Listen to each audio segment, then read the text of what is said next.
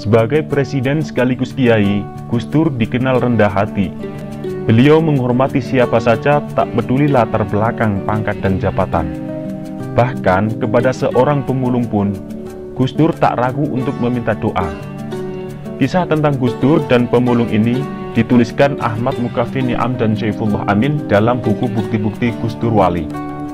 Sebagaimana dituturkan oleh Nuruddin Hidayat, salah seorang santri Gus Dur.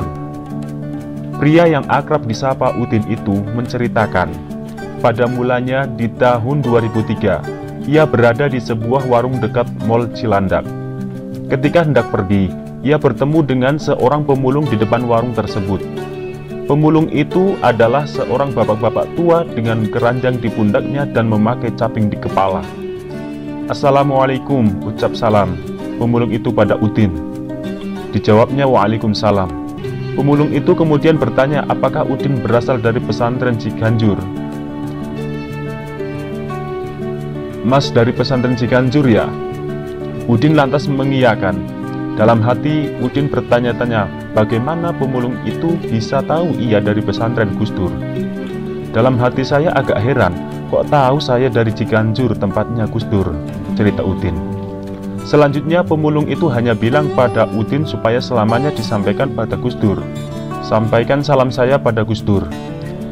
Udin mengiyakan permintaan pemulung itu, yang kemudian memperkenalkan namanya.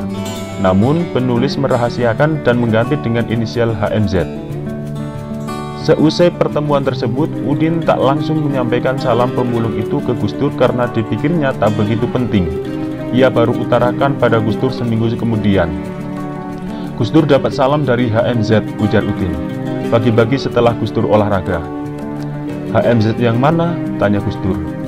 "HMZ yang pemulung," jawab Udin. Tak disangka, respon Gus Dur ternyata antusias. Gus Dur malah meminta supaya Udin mencari pemulung itu. "Suruh ke sini, itu yang saya cari," ujar Gus Dur dalam bahasa Jawa. Mendapat instruksi demikian, Udin akhirnya kebingungan kemana harus mencari pemulung itu, sedangkan mereka hanya bertemu di jalan. Demi menjalankan perintah, Udin berusaha mencarinya. Ia berkeliling dari lapak ke lapak pemulung. Pencariannya membuahkan hasil setelah 1 bulan. Sang pemulung ditemukan di Kampung Kandang, daerah Ragunan.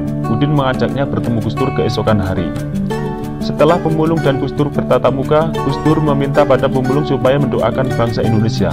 Pemulung itu yang membaca doa, Gus Dur yang mengamini. Usai momen tersebut, HMZ diantar pulang.